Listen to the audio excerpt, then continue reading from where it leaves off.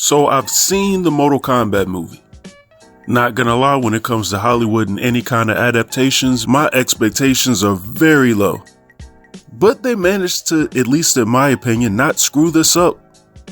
Full disclosure, I'm not giving out a lot of spoilers just in case there's anybody at this point that hasn't seen the movie. Or at least I'll try to give a spoiler warning before I say anything crazy.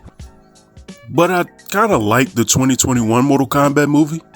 I didn't think that one was too bad, to be quite honest. Even though it wasn't perfect, there was a lot of issues with the 2021 movie, including the decision of how they wanted to go about the story.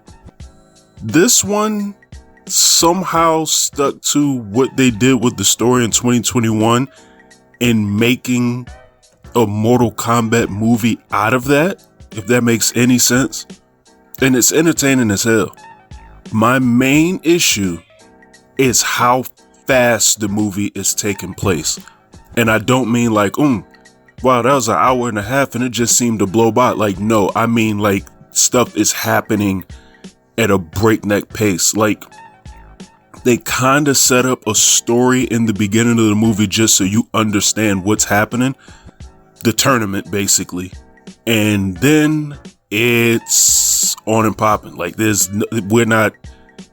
if you don't know the story, you're not going to get it anymore. Like, we're not really explaining anything else. It's going to be hard to talk about this movie without getting into spoilers, but like, why we're even doing certain things is not fully explained. Why stuff is important is not explained. If you're not a Mortal Kombat fan, there is so much that you may be lost at with this movie. That's the thing that I'm like curious to know. There are a lot of people on YouTube that do reaction videos, and the thing that blew my mind was the number of people that reacted to the 2021 Mortal Kombat movie and loved it and honestly thought that they got the Mortal Kombat story, as ridiculous as it already is, in that movie. Like, the movie did a good job of portraying the game, and it does, and it horribly doesn't at the same time. I wonder what those people are going to think watching this movie, because I feel like even less gets explained here, but it's nowhere near as bad. This movie functions so much better. And then the environments, like, I don't even think the trailer sort of did the movie justice with how many like environments from the game and stages that are included here. It almost makes me angry that they put the pit in the first Mortal Kombat movie and didn't have it in here. Like I said, the movie's not perfect. There's some issues that I have with it. I can't go too in depth with it. You know what? This is what we're going to do. In 5 seconds, I'm going to put a giant spoiler on the screen. I'm just going to write the word spoiler on the screen so that you know not to watch or listen to this portion of the video if you don't want to be spoiled, because I'm not talking around this stuff anymore. 5, 4, 3, 2, 1. All right. So, issues I had with the movie. Number one, a big one is, as a Mortal Kombat fan, the lack of explanation of Shinnok's amulet was insane. The amulet in general just bothered me in this movie.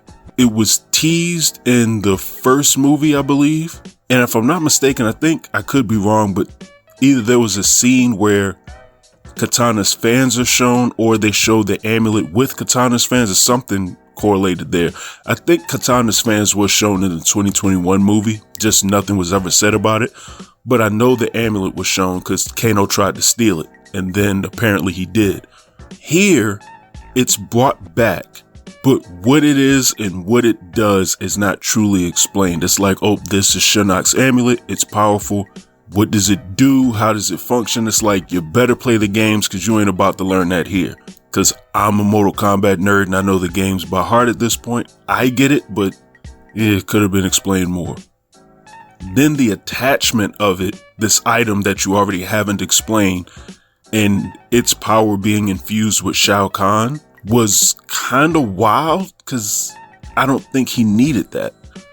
I feel like it would have did Shao Kahn a lot more justice had he not had the amulet and was just this crazy character, because it also made his fights pretty repetitive after that, even if I did enjoy most of them. specifically his fight with Cole. I feel so sorry for Louis Tan. The dude is a beast and he's not a bad actor, but because he was casted in the role he was casted in, just like people have turned, just the hatred for that character is so messed up. And it's like the poor actor has done nothing wrong to deserve this other than take the role. But anyone who took the role of Cole was just going to get this backlash, because I understand this is just a problem that's just going to exist with these new Mortal Kombat movies. And the writer who did this should never be allowed to write for any more video game adaptations. I get the idea of you needing a fish out of water character to sort of lead the audience along with, to sort of explain to a non-fan what Mortal Kombat is, as ridiculous as the story's going to seem to him. But my God, could they have come up with something better than, out of the almost 100 Mortal Kombat characters in existence, we're going to make up a character, make him a descendant of one of the most popular Mortal Kombat characters ever that really doesn't have any descendants in the series, and then we're just going to go from there. Like, it's just wild, the idea of Cole. But they rectified that here. They killed him. The second I saw that Cole's opponent was Shao Kahn, I went, he's gonna die. And then how he died, like, they couldn't have telegraphed that more either. Every piece of dialogue from Cole before his fight was, I may die, we may not survive, I'm not gonna see my family again, or I may not see my family again. It's like, oh yeah, he's a goner, like, no doubt about it. And the fight wasn't that much to write home about. Just where it's taking place was crazy looking. And it's wild. It's like it's the first time that environment has ever been seen. And there's 4 Mortal Kombat movies. This is the first time the Deadpool has showed up. Like, really? If it showed up in any other movie, I don't remember it happening, but whatever. Even the Legacy series, if you want to throw that in there. But in any event, what I kind of wish is that there was some way to, like, bring Cole back as another character, or justify him as another character. I saw somebody had a fan theory online that, like, they may make Cole Ermac the same way that they made King Jared Ermac in Mortal Kombat 1, the game. But that honestly wouldn't be bad. If you just make Cole Ermac going forward and just have Louis Tan play this completely different character, because I know he could pull it off. The dude's a beast martial artist. And he can act. Like, his actual acting as Cole isn't bad. It's just that the idea of Cole is what's horrible. And him being dropped into the Deadpool, I mean, it's Mortal Kombat. Death has no consequence in Mortal Kombat, and the first movie outright illustrated that to us. Shang Tsung specifically said death is but a portal. Like, they don't care. The end of this movie is them literally disgusting bringing back all the people who died in the tournament. Which I wonder if they're actually going to bring Cole back for the dead. I hope they don't. I hope they just find something else for Louis Tan to do. Because the actor shouldn't be cut out of the series entirely, but the character should be. There's got to be some way to figure out what to do with that character. Speaking of reviving dead characters, my God, Shao Kahn. The movie starts off with him obviously killing King Jared as he did in the games. So at least they got that part right. But then he just started running through people. Like, him killing Cole was downright expected. Him killing Jax shocked the hell out of me, and shouldn't have been legal, by the way, because it did happen in tournament combat. Again, the spoilers on the screen, I'm sorry. The Liu Kang death, that one rubbed me the wrong way. I felt like they were doing a pretty decent job of sort of redeeming Liu Kang, but I also felt like the movie was set up for Katana to kill Shao Kahn. I was hoping they didn't go the route of the latter, and they did it anyways, and I went, But it was whatever. Like, it didn't bother me that Katana ended up winning Mortal Kombat for Earthrealm, as ridiculous as that is. Again, I'm not understanding with these movies, while they're getting so many details of Mortal Kombat correct, while taking outrageous liberties with the lore and the story. Like, if you're gonna take liberties, this ain't the place to do it at. Like, they could have just not had Cole in the first movie. I don't know. Whatever. Kung Lao was a beast in this movie. His time in it is way too short, as is a lot of characters. Bi-Han had a purpose in this movie. He's just not seen enough. And I feel the exact same way about Scorpion. I feel like had we been able to see their full fight without interruption, that would have been cool. It sort of would have redeemed it a little bit, but because there's so much going on at the time, we don't get enough of them. Those are just a lot of my just problems that I had with the movie, other than the pace. Like I said, things were happening so quickly. I want to say maybe like an hour in, there have been like 10 fights that had already taken place. That being said, Shang Tsung, I understand that you're not going to get the feel of Cary Tagawa and Christopher Lambert from the 95 Mortal Kombat movie, but I still feel like the Shang Tsung they casted does nothing. This is the second Mortal Kombat movie where he pretty much does nothing. He almost does less in this one than he did in the last one. And then the casting of Raiden, I have so many issues with. It's just not, it's not working. Raiden was better in this movie just because he was incapacitated for most of it. Like, he bothers the hell out of me. I don't know why. Because he has a thick, heavy accent, I'm finding myself trying to understand what he's saying more than I feel like I should. If you could have, again, casted him as any other character, but Lord Raiden, it bothers me. Shang Tsung, I just feel like should be doing more. Quan Chi, I had the same feeling for. He was just there to be the necromancer that brings people back from the dead. Like, that's it. Quan Chi does no fighting. There's no menace to him. There's no nothing. And I feel like there should have been. Johnny Cage is awesome. I had concerns about Carl Urban being Johnny Cage, which is wild. Carl Urban was in the Doom movie. He was in the Dread movie. He's been in the Mortal Kombat movie. I know there was a while where he was rumored to play Solid Snake in Metal Gear Solid. Like, I guess he's just the video game guy at this point. He was awesome here. I love the fact that they allowed him to be the guy that pretty much have Mortal Kombat explain to them and just goes, okay, this is stupid, get me out of here. Like, that I thought was really cool. He actually doesn't even join Earthrealm. Like, they forcibly make him a part of the tournament, which makes me ask, like, why did they choose him in the first place? But whatever. Like I said, there were writing issues. The movie just, it goes, this is the gist of the story. We're going from here. Try to keep up. And that's just all it is after that. Everything with Johnny Cage and Baraka is hilarious. That is awesome.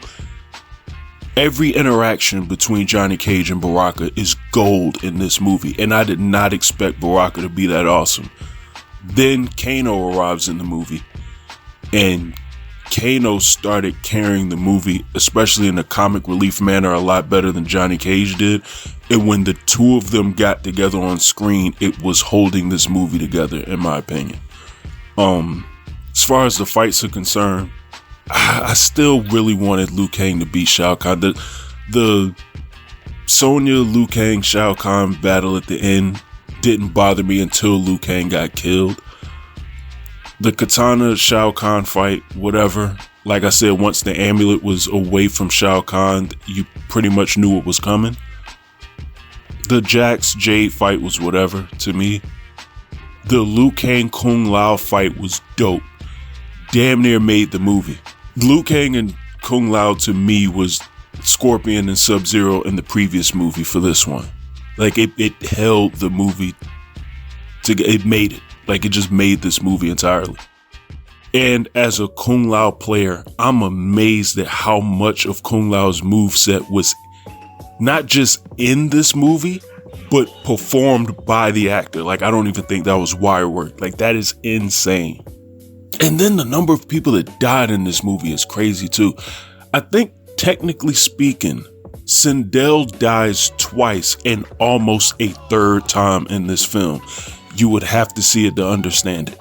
Sindel got did dirty in this movie, being honest. I don't know. Just it keeps coming back to like writing issues. And the writing issues with me with these Mortal Kombat movies, well, this one, Mortal Kombat 2, not the 2021 one, because I feel like that could have been written way better. And again, I didn't hate that movie, but it left a lot to be desired.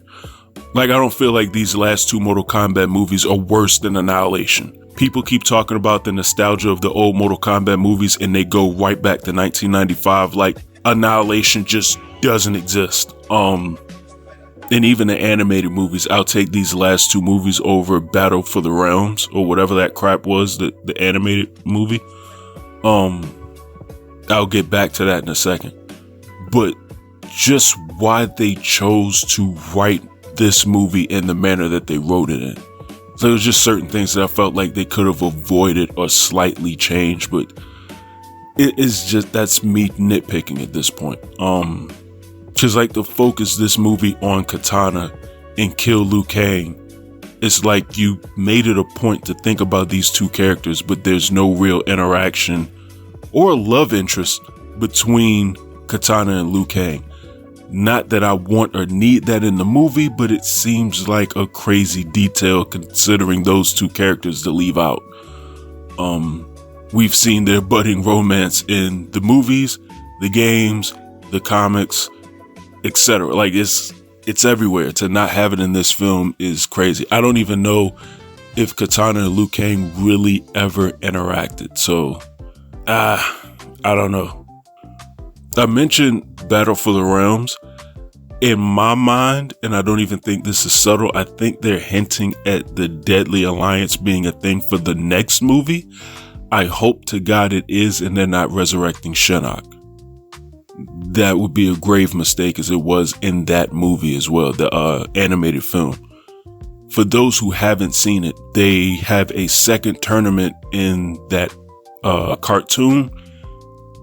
As that's taking place, Kuo Yang, who also needs to appear in the next Mortal Kombat movie because Sub-Zero is technically not in the games or the movie. As a Sub-Zero fan, that's really starting to piss me off. He's not in the games anymore because Bihan is Noob Saibot, and he's not in the movie because Bihan is Noob Saibot. So we got to get Kuo Yang back in here somehow. But anyways, in Battle for the Realms, Kuo Yang and Scorpion have their little rendezvous with the Lin Kuei fighting Cyrax and Sector. That leads them to the amulet, and that's happening in the background of this tournament. And when the tournament concludes, rather than ending the movie there as it probably should have, we go right into Shinnok's revival with the amulet and him basically becoming the one being. And then the equivalent of Fire God Liu Kang having to stop him, which was a wild jump to me. Like that was a lot, and that could have been its own movie. I fear they may go that route with the next Mortal Kombat movie, and I hope they don't. We can go without Shinnok, or at least if we have him in, we don't need to go to that level of scale this fast. But we gotta recast and bring back Sub-Zero. Honestly, I feel like since Joe Taslim was Bihan, his boy, the dude who played his brother in the Raid, and he was also his brother in what was the Netflix movie? I want to say The Night Calls for Us, that ridiculous movie where people was just like that final fight between the two of them where like people are getting things stuck straight through their bodies and they're still standing fighting somehow. Just an absurd fight scene.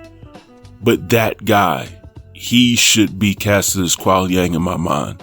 They already have chemistry and they probably could come up with amazing fight scenes. Just have him as the new Sub-Zero, have him as the younger brother. He's been his younger brother and everything else anyways. Just my 2 cents. But no, I thought the movie was awesome. I mean, I don't have high hopes for video game adaptations, and I don't have high hopes for Mortal Kombat movies at this point. This isn't, I mean, if you're expecting like Citizen Kane or something like that, you're going to be sorely disappointed. But for just an enjoyable action movie or an enjoyable martial arts movie with Mortal Kombat, it was good. You're not going to feel like you wasted your money. At least I wouldn't. And my thing is, action movies are awesome, but most martial arts films are actually falls in the so bad they're good category. I feel like almost every Mortal Kombat movie does, with the exception of Annihilation. But this movie is good. I'm not paying attention to none of the critics. These uppity Hollywood critics have just been harsh on a lot of movies lately that are nowhere near as bad as the film critics are saying they are. It's a rare time where I believe like regular users on Rotten Tomatoes make more sense than the film critics do, but whatever. Whole other conversation. Now we'll see what the Street Fighter movie does in a few months. My expectations for that is even lower, so I'm expecting to probably be pleasantly surprised there too. The mere fact that they're taking that movie, like it seems like the story is acknowledging how ridiculous Street Fighter's story actually is and playing into that.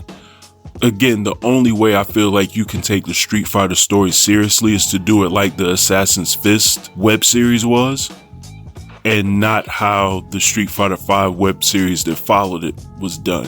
Or the Chun-Li movie. Like, you can't. It's one of them weird things where I feel like all fighting game movies can't really be. The story of almost every fighting game is dumb on paper. I hate to say it. I love fighting games.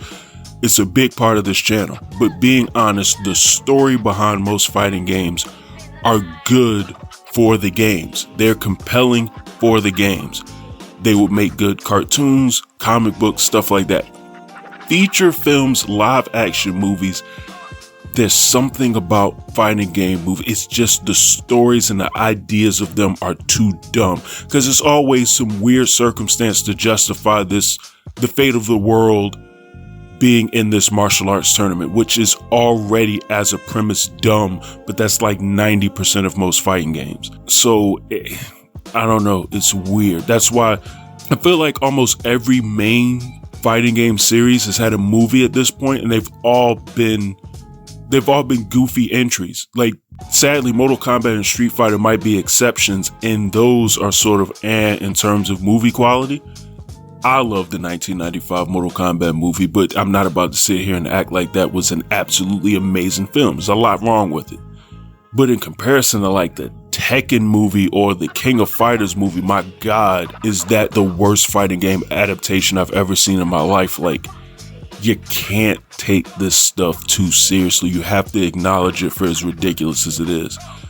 Like a Tekken movie would have to have like Kuma and Panda fighting or something like that. Like, we can't take this stuff way too seriously the way we do these movies. And I feel like the Street Fighter movie is heading in that direction. Which again, in my mind, if you can't take the source material and truly do it justice on film, this is the literal only way you're going to be able to do it. Because the first initial trailer for the Street Fighter movie that came out, I thought this was going to be, the cast made me think this movie was going to be bad. And the first trailer almost confirmed it was at least going to be stupid. Like, sort of like the Minecraft movie or something like that. But the recent trailer that came out now has me thinking they're paying homage to the game and the game story while not taking it too seriously to where it's like, okay, this is absurd. Like, it's supposed to be, if that makes any sense. And being honest, this Mortal Kombat movie leaned into that as well. Just Johnny Cage as a character, getting the pitch of what the Mortal Kombat tournament is and hearing it and just being like, no, like I want no parts of this. Like, I thought that was awesome. But these are my rambling thoughts after seeing the new Mortal Kombat movie. Curious to know how y'all felt about it, whether you liked it or didn't like it. I'm sure there's a lot of people that did not like this movie, just like the last one. Again, I don't feel like it was anywhere near as, I don't know. Like I said, that I've had conversations with people about the 2021 Mortal Kombat movie, and the thing that I kept saying was, that movie is so weird and it was written in such an odd manner that it was written for a sequel, and I can't even honestly say if that movie is good or bad until the sequel comes out. And I don't know, I'm no longer as down on the 2021 movie because of how this movie has come out. In some aspects, and then in others, it's almost like the 2021 Mortal Kombat movie is erased. Like the Arcana thing is no longer in existence in this universe, I guess. Which that I didn't even have a problem with. I thought the rules of it was stupid, but the idea of people in Mortal Kombat being chosen and they just randomly get their powers, or not randomly, but depending on the situation, whatever, I thought that was kind of cool. But again, it still kind of bothers me, and this is the main takeaway from the Mortal Kombat 2 movie. There is still not an accurate portrayal of Mortal Kombat in cinema. Like even the 1995 Mortal Kombat movie is not entirely game accurate. Actually, it's not, being honest, it's not game accurate. It's just the best rendition of Mortal Kombat to this day. And that in and of itself is crazy. Annihilation tried and failed to tell the story of Mortal Kombat 3.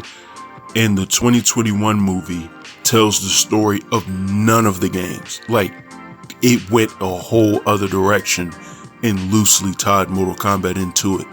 Mortal Kombat 2 tries to make sense of the series in with what the 2021 Mortal Kombat movie was, and I just feel better now is the best way I can say it. Yeah, I'm gonna be rambling forever at this point.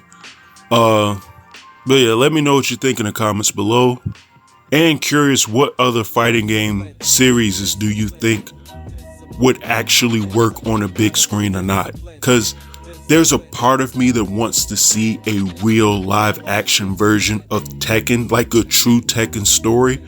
But having seen the 2000 and I think it was like either 9 or 10, I can't remember, I was in college at the time, but having actually seen that movie, I am very sketchy, and I'm a weirdo, and I love watching horrifically bad movies. I get a perverse entertainment out of it. I saw the sequel to that Tekken movie, and most people don't even know that it has one. So take that what you will. But in any event, I'm getting out of here. You all have a good one, and I'm out.